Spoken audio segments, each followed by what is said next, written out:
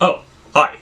Didn't see you there. Yes, you did. Sir Topham Hatt, how'd you get in here? The front door was wide open. You're right, I should probably take care of that. Yeah, Breskies, I saw that the front door was open. I'm here for the party. You must have the wrong address. There's no party here. Nah, I'm pretty sure I have the right address. I heard you're making a YouTube video. Yeah, I am. I was just about to continue. Sick. Mind if I stick around and watch you make your video? Yeah, sure, I could use a live studio audience. Cool. I'll sit right here. Wait, no, that's my box of tracks. Yatchy datchy, dude. You might want to watch where you put your stuff. Yeah, now my butt hurts. I'm gonna have to sue you. Dude, your butt only hurts because of your own irresponsibility. You gotta watch where you sit. You're right.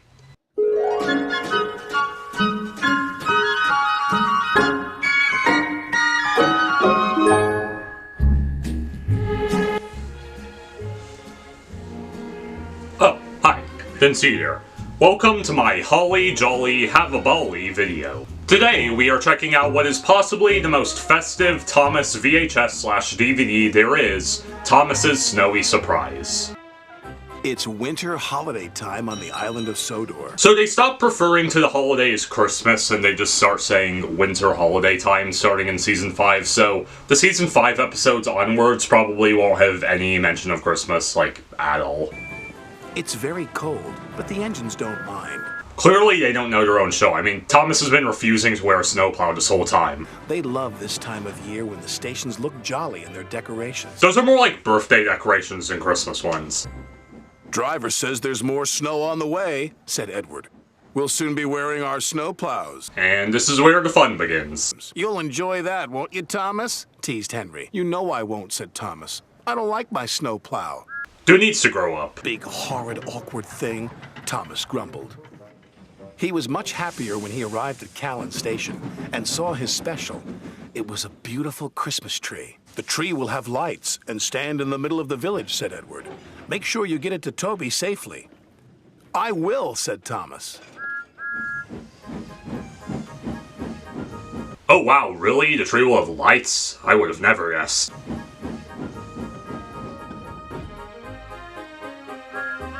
That snow looks like it would be real fun to jump in. Thomas arrived at Maithwaite and Toby was very happy to see him. The villagers will be delighted with this tree, Toby said. I'm glad you have your snowplow. I can't clear the snowdrifts by myself. Toby's got it pretty made as a tram engine. I mean, he doesn't even need a snowplow. Thomas couldn't see there was a huge rock buried under the snow. Suddenly, his snowplow hit the rock. Yeah, he totally did that on purpose and is just pretending to be shocked. Bouncing buffers, exclaimed Thomas. Ah yes, the pre-bust my buffers catchphrases. I actually kind of prefer bouncing buffers, to be honest. We can't go any further, said Thomas's driver. And there's no one to help us. But the villagers need their tree, said Thomas. Let me try again. I'm sure I can make it.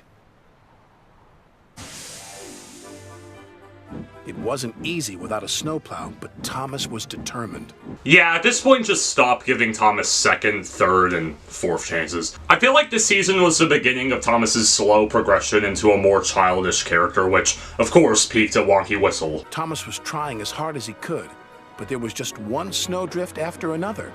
So maybe now Thomas has learned his Oh, who am I kidding? He absolutely hasn't. The villagers had a wonderful feast, he said. You were very brave to take on that snow without a plow. Thank you, sir, said Thomas. As you know, continued Sir Topham Hatt, there are no spare snowplows, so you'll just have to do without yours for a while. Oh, thank you, sir, grinned Thomas. Yeah, I'm sure he's thrilled about that. James and Percy are to deliver extra coal to the stations. Yes, sir, they said eagerly, and Sir Topham Hatt drove away. You'd better hurry, teased Thomas, or scary Jack Frost might get you. When you really think about it, a good portion of Thomas and Friends is just everyone rage-baiting each other.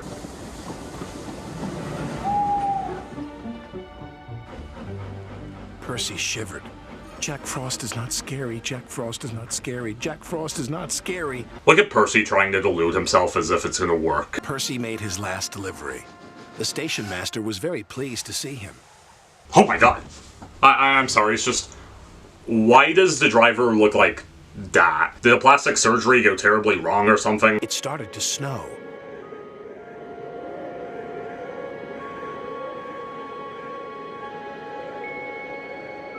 Oh, yep, here we go, the transformation. Soon Percy's face was so cold, an icicle hung from his nose. Oh, bother, Percy stuttered, but it didn't sound like Percy. It was so cold, he could hardly make a sound. Yeah, he's about to scare the living daylight out of James. Hello, James? Muttered Percy icily. Scary Jack Frost, cried James, and he raced away as fast as his wheels could carry him. I mean, I guess it looks slightly scary. Also, Alec Baldwin put zero emotion into that line. Scary Jack Frost, cried James, and he raced away as fast as his wheels could carry him. He didn't stop until he got back to the sheds. How is that the thing that makes James scared? I mean, you can still very clearly tell that that's just Percy with icicles on his funnel. When Percy arrived at the sheds, James was bragging to the other engines. I saw Scary Jack Frost last night, James huffed. He even knows my name. And he conveniently leaves out the part where he got scared, right? He also knows that you ran away, teased Percy, and all the engines whistled. Yeah.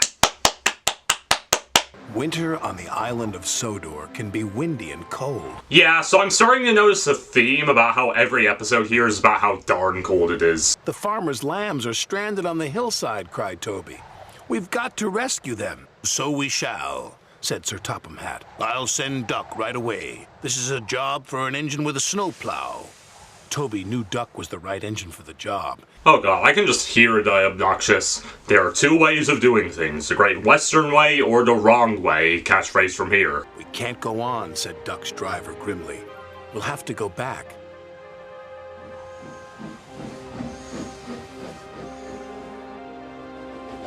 Now that is some jumpable snow. My old branch line runs out there, sir. Remember? It's far too dangerous, said Sir Topham Hatt. It would never carry Duck's weight. It might take my weight, said Toby. And I know that line like the back of my buffers, he added. Like the back of my buffers. They just come up with whatever phrases, do they? Help! My wheels are wobbling, he cried. His driver fought for control. It's always Toby being put in the most dangerous situations. Come on, Percy. This is no time to have a rest. I'm stuck, moaned Percy, and my funnel's freezing up. Driver's gone for help. Ha! Huffed Thomas, and went on his way. Thomas is like, been there. Thomas had to help clear snow by a tunnel, but it was too deep, and he got stuck. Thomas was very cross. Snow is nothing but trouble. I mean, he's not wrong. It turns driveways into pure torture. A long line of full cars was about to be winched down the slope. They had just started their journey when some empty cars became derailed. Yeah, that's all they're good for. Railed. The winch groaned. Break it! Snap it, shouted the freight cars. And they did. On, faster, faster, they giggled. The snowbank and buffers will stop them, said a workman. But he was wrong. The freight cars plunged into the ravine.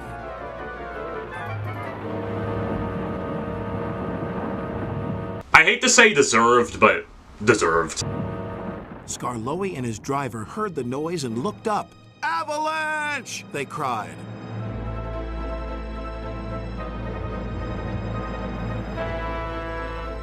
Well, if Percy was turned into Jack Frost, then Skarloey is going to be turned into a demon.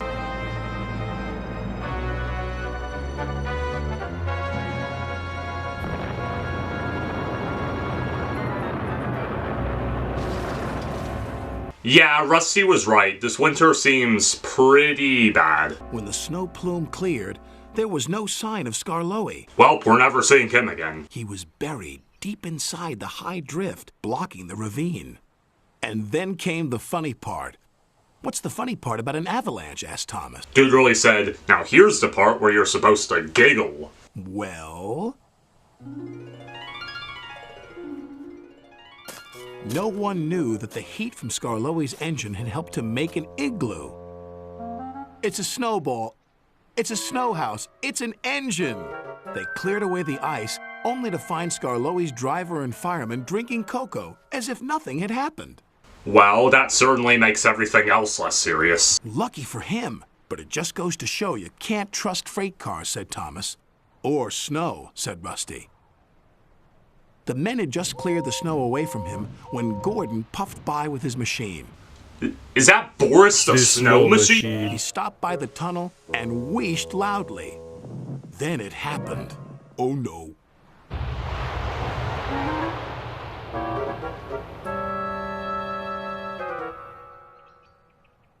Help! Cried Gordon. If Skarloey survived a snowfall, surely a big proud engine like you can do the same, chuckled Thomas. So, you're just not gonna do anything?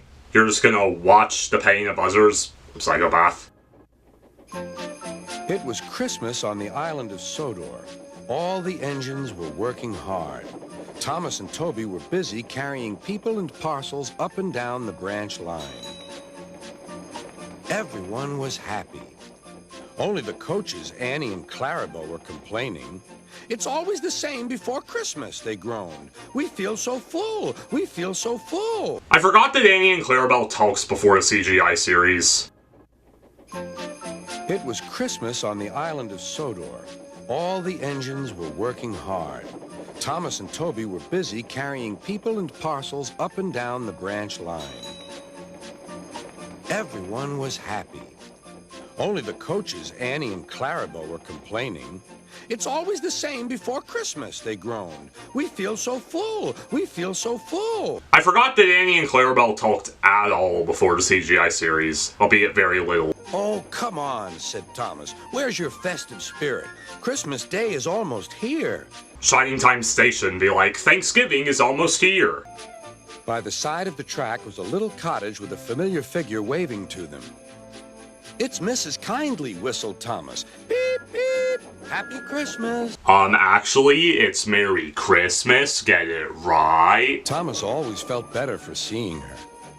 Christmas just wouldn't be Christmas without Mrs. Kindly, he said to himself. When work was over, Thomas went to see the other engines. All their coats had been polished.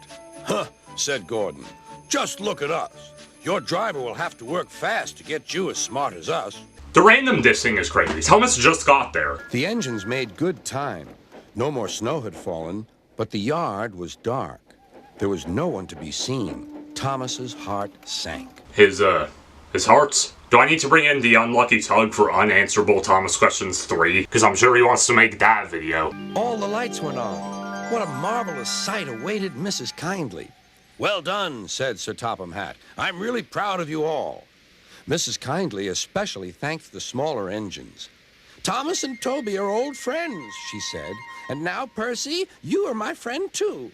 Percy was very pleased. 3 cheers for Mrs. Kindly, he called. Beep, beep, beep. They all whistled.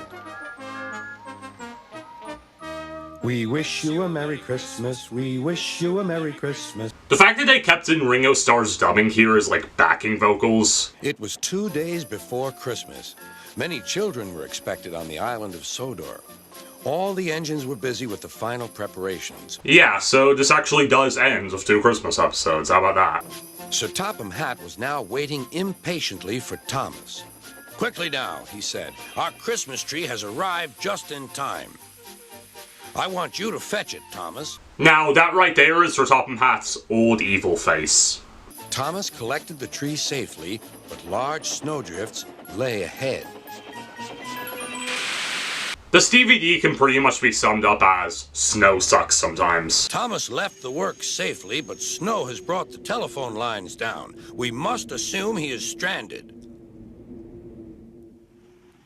The engines now felt sorry for Thomas. Wow, even Gordon? Who would have thought? Suddenly, they came to a drift that was deeper than the rest. Help! Hush, said Donald. I can hear something. Probably the wind, said Douglas. Help! No, listen, insisted Donald. Over here! Oh, it's Thomas. I mean, yeah, who else would it be? Sir Topham Hatt greeted them warmly. As a reward for all your hard work, you may go and enjoy the carols. Oh, hey, no more evil face. With landing lights shining brightly, Harold the helicopter touched down gently in the snow. Bringing the greatest surprise of all, Santa Claus. Oh my god, he's real? It's no fun getting stuck in the snow, whispered Thomas to Percy, but it was worth it for this party. Happy holiday, Percy. Happy holiday, everyone. And that was Thomas's Snowy Surprise. A fun time with a lot of heavily wintry episodes, however a lot of the episodes revolve around the same old, that being annoying snow. However, the snow adventures do create a lot of exciting shenanigans, and the 2 Christmas episodes at the end are pretty wholesome. I give it an 8 out of 10. Anyway, that's all for this DVD review, and let me know if you'd like to see more like these in the future. Rust outs. Okay, here we go. Bravo, bravo. Why, thank you. Would you look at the time? I must be going. I gotta try the new SpongeBob meal at Burger King. They better not be out of it or else I'm gonna unleash my inner Karen. I've been hiding that for years. Say, do you got any money for bus transportation? Yeah, sure, I got it all right here. Oh, great. Thank you. Whoops. Ow, my back. Well, you could have listened to me. Great point.